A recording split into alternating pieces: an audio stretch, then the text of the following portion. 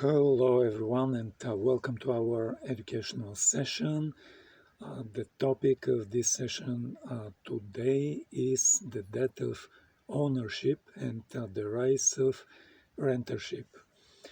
Um, my name is Paul Arsov, and I'm the founder of the Decentralized Web project. We are building decentralized communication and advertising platform, but and I like to announce a little change, and the change is specifically about when we start this educational session and when we talk a little bit about our project. So I'm going to start right away with our educational session, and in the end of our educational session, then we're going to talk about a little bit about our project. So let's go with the educational session right away. The American dream. Modern capitalism itself was built on the idea of owning a home, owning a car, accumulating possessions over the course of one's life. For generations, ownership was a key maker of success, stability, and social class. But the long-held belief system, the concept of ownership as our North Star to look at and to point towards is dying out. Technology, limited and oppressive consumer opinions, and economic stagnation have created an era of access over ownership. Rather than aspiring to own, we are increasingly opting to rent or subscribe to the goods and services that we need. From housing and transportation to clothing and entertainment, the renter economy has taken over. It's changing our economic incentives, our social behavior, our family dynamics, and the nature of our communities. Some, most notably, those who profit from the shift, argue that this transition is creating a new level of freedom, flexibility, and sustainability. But the truth is, we're losing the economic mobility and stability that ownership traditionally provides. Home ownership rates, for example, in US, have fallen dramatically, with young adults either delaying home purchases or being locked out of the housing market entirely. The average length of time people own a vehicle has decreased as leasing and ride sharing proliferate. Physical media sales have plummeted as people shift to streaming movies, TVs, and music. Apparel companies are launching clothing rental services as an alternative to stocking a closet with purchased items. But why? Why is this happening? So we can look towards digital disruption. Technology has enabled the transition from physical goods to digital services in many industries. Owning DVDs and CDs is no longer necessary when Netflix and Spotify provide on-demand access to very vast content of libraries. Ebooks, cloud storage, and software as a service subscriptions are replacing physical book and media collections, and software licenses. Then we have financial constraints for millennials and Gen Z drowning in student debt and facing soaring real estate costs. Ownership is financially out of reach, even if it is desired. Um, Renting or leasing provides access at a more affordable, at least a short-term price point. The flexibility to scale up or scale down as needed may not be appealing, but in a cold and unwelcoming economy, it is a necessity. Then we have the trend of urbanization as more people migrate to popular population dense cities. Space is at a premium. The minimalist lifestyles that revolve around access over ownership are often more practical and aligned with busy and on the go urban lifestyles. It is easier to rent a car or bike only as needed than deal with parking and storage in a city. And then we have the shifting values, um, shut out of traditional market for success, facing wage stagnation and an astronomical cost of living, and with shrinking hopes for the future, younger generations are less convinced that ownership is integral to the good life. We're becoming more experience focused. We see ownership of possessions as unnecessary burden when life is both finite and unstable. So, as ownership declines, then rentership is filling the void. The sharing economy has normalized and glorified peer-to-peer renting and of everything from homes on Airbnb to private vehicles and even entire wardrobes. Companies in every sector, from fashion to furniture, are pivoting to provide subscription and rental options. Um, but what are the trends in the rise of ownership? Let's look at the housing. Co-living communities targeting young professionals provide rental housing that includes amenities, programming, and flexible lease terms.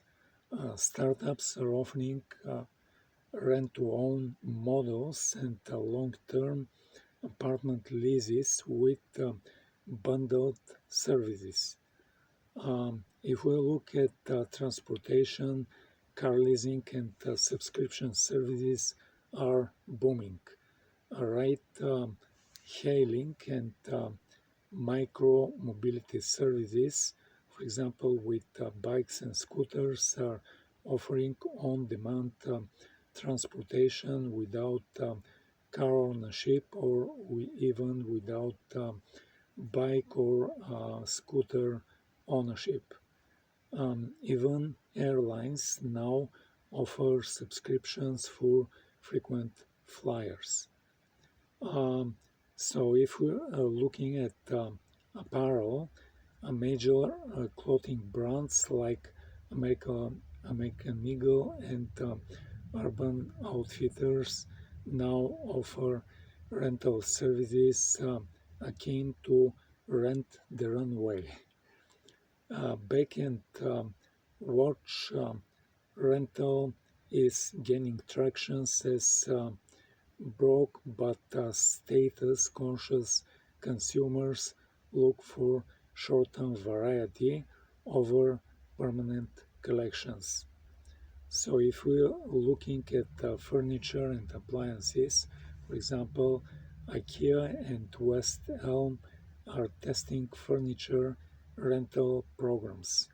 Rent a Center continues to expand its rent-to-own offerings for furniture, appliances, and electronics. Even co-working spaces offer furniture and office supply rentals. And if we look at entertainment, depending on your perspective or your skin in the game, streaming services have either revolutionized or utterly and shiftified music, TV, and movie consumptions. Now, video game cloud streaming aims to do the same with gaming. Subscription and loot boxes um, for everything from metal kits to um, kit meal kits to kit toys provide rotating access to goods. But what is the business case for rentership? For companies, the business case for rentership is a no-brainer. A recurring subscription revenue provides a more consistent, predictable income stream than transactional product sales. Memberships deepen brand affinity and allow businesses to capture greater share of consumer spending in a category. Some studies are projecting that subscription e-commerce market will reach over like close to $500 billion by 2025. There's a claim that rentership lets businesses serve a broader audience at varied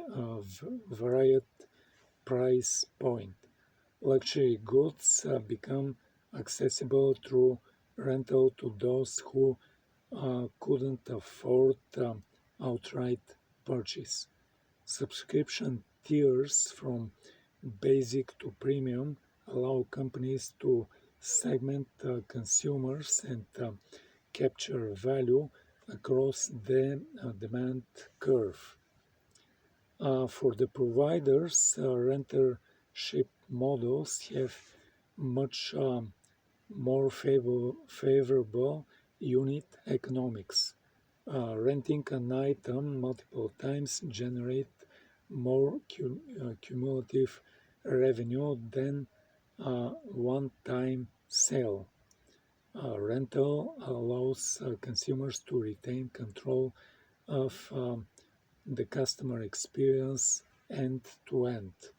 And with manufacturer-controlled re-commerce of used rental goods, businesses can generate supplemental revenue streams.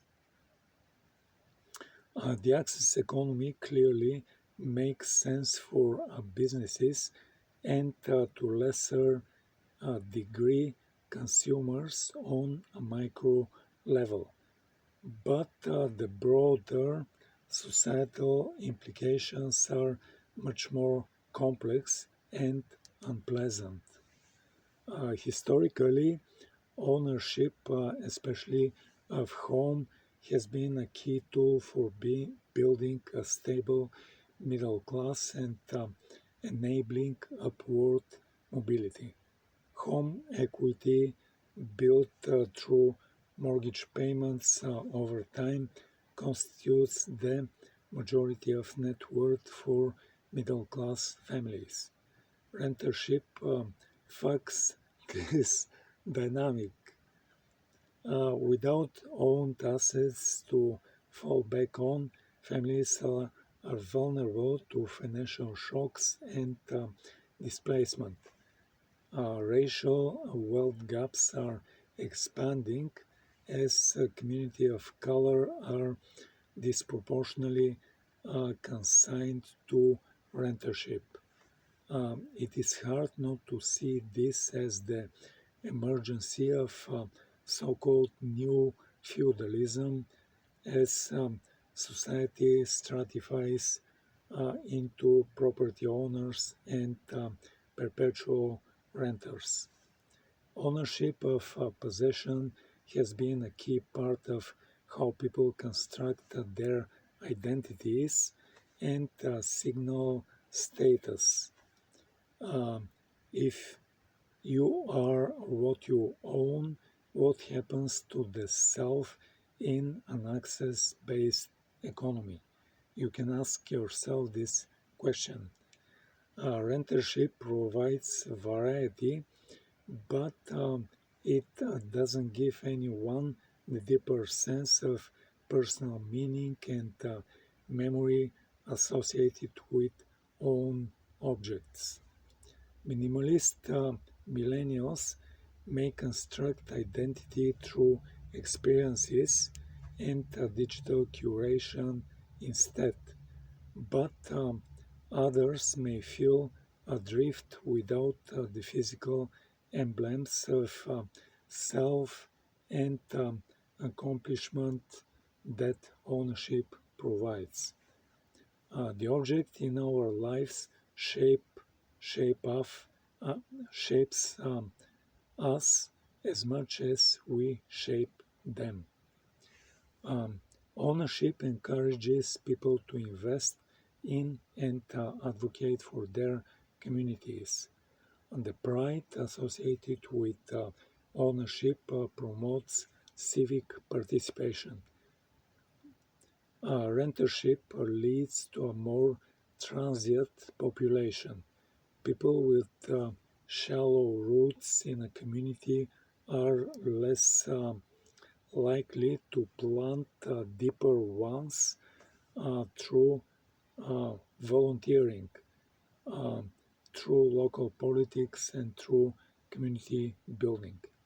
As more and more people are trapped and pressed into rental living, the positive social ex- externalities of ownership are dwindling. Um, if this story has happy ending, it is that rentership could create a positive new social paradigm. Access instead of ownership equals to more sustainable consumption, as durable goods are shared among users instead of sitting idle. When liberated from the financial and mental burdens of ownership, people may invest more in relationships and experiencing and not into things. There's a movement towards neo-nomadic future where people flow between locations and vocations with unprecedented freedom and variety. But without tangible action, all of this is wishful thinking. Where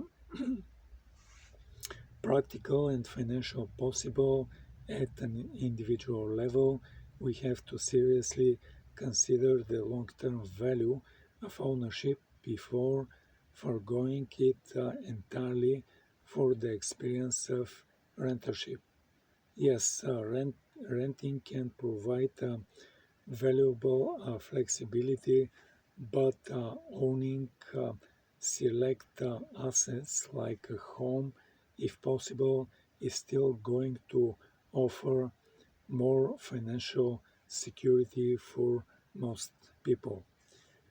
Before we abandon aspiration of ownership, we should reflect deeply on our personal values and what role possessions and place play in our identity, in our relationships, and in our sense of rootedness. Prioritizing access over ownership may maximize flexibility and minimize hassle in the short term, but only at the cost of deeper meaning and connection. As consumers, we cannot solve a systemic problem through individual choices. And far too often, rentership is forced on us through economic and access limitations. The death of ownership is here, and the access economy has arrived. What happens next is yet to be seen. And with this said, I'm going to conclude this presentation, and I'm going to tell you a little bit about our project. Once again, my name is Paul Arsov. I'm the founder of the Decentralized Web project, and the point of these educational presentations is to build our community, to make it interesting so that you come back and you participate, you join our social channels, and you get notified about events like this, and you once again participate in our groups and channels. But I like to mention that we recently did release a marketplace and collection of NFTs, and what is interesting, what is unique, and what is special about these NFTs is that they're built on three-dimensional objects. With three-dimensional objects, we need to use special software, and we did build our own 3D software engine, which is opening a window on a computer screen.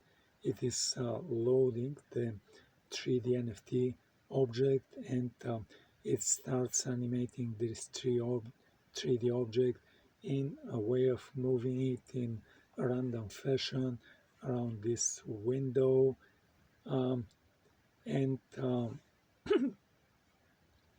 So this is just the first capability of our 3D software engine.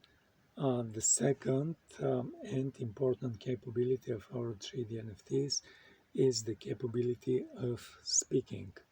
The 3D NFTs can speak in one of three different voices. It can speak either in a male voice, or in a female voice, or in a whisper kind of voice. In addition to the three basic capabilities, we have three different flavors of voices. Voices can be spoken either in a normal speed, or in a fast speed, or in a slow speed manner. And if we take, for example, a male voice and it is spoken in a slow speed manner, then this voice can come as the voice of a masculine person, or the voice of an old person. If, on the other hand, we take, for example, a female voice and it is spoken with a fast speed, then this voice can come as the voice of a little girl, or the voice of a funny person. The next and important capability of our 3D software engine is the capability of voice recognition. The 3D NFTs can recognize voice commands. For example, if we're having a 3D NFT which is moving in a random fashion around a window, we can issue our very first voice command to the 3D NFT to stop moving. And then the 3D NFT is going to stand still and stop moving. Then we can issue additional commands to the 3D NFT, like for example, move left, move right, move up, move down, zoom in, zoom out, rotate. And then the 3D NFT is going to fulfill each one of these voice commands and move left or move right, move up, move down, come closer, zoom in, go further away, zoom out, or start rotating.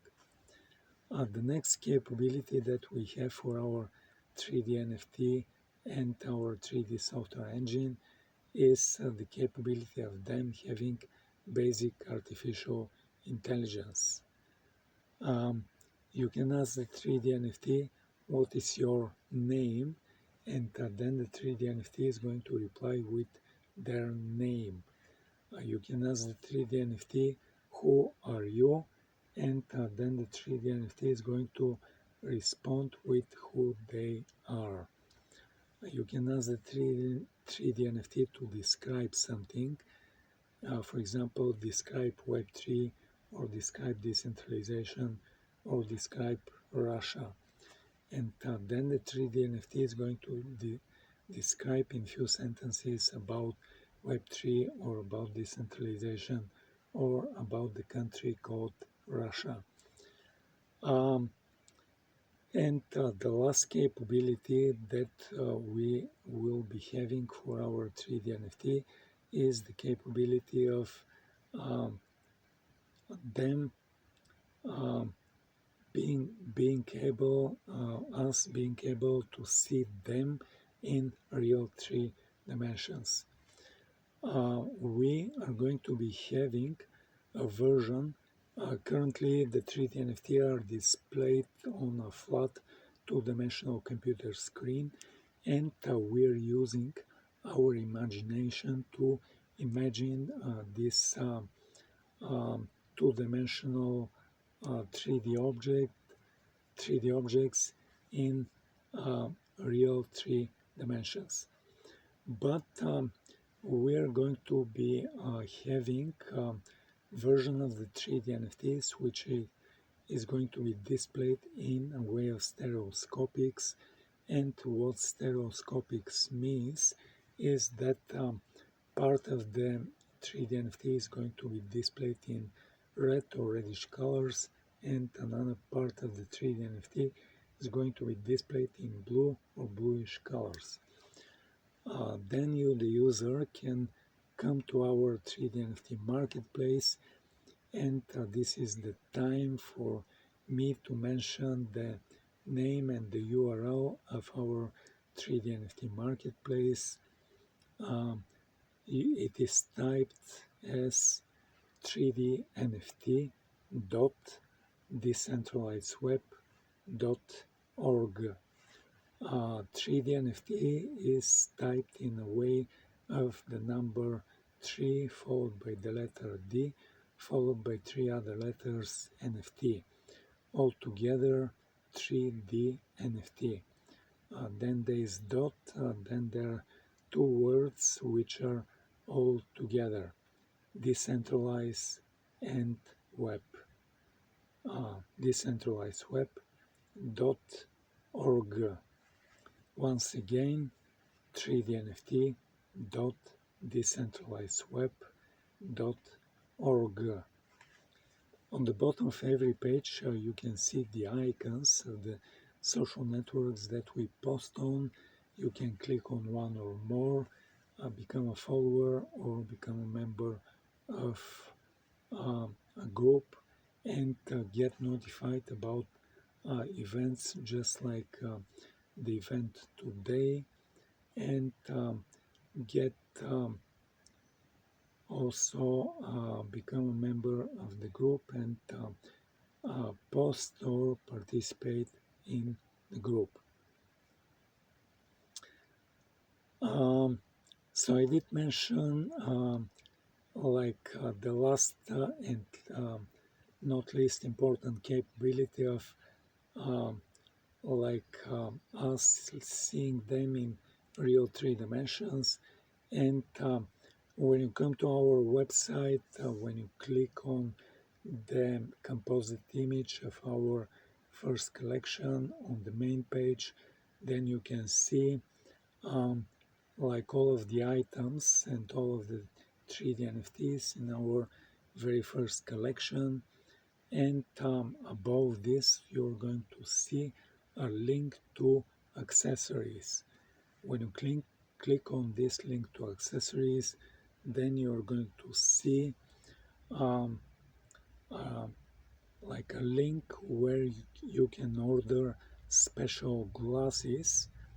And after ordering these glasses and when you receive these glasses, you're going to see that one lens of these glasses is blue and the other lens of these glasses is red.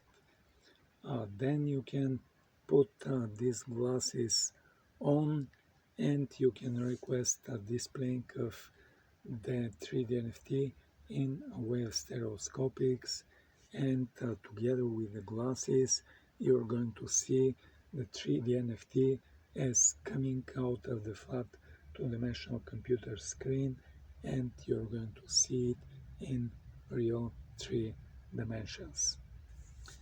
With this said, I would be ending this presentation. Thank you for listening. Thank you for viewing this presentation.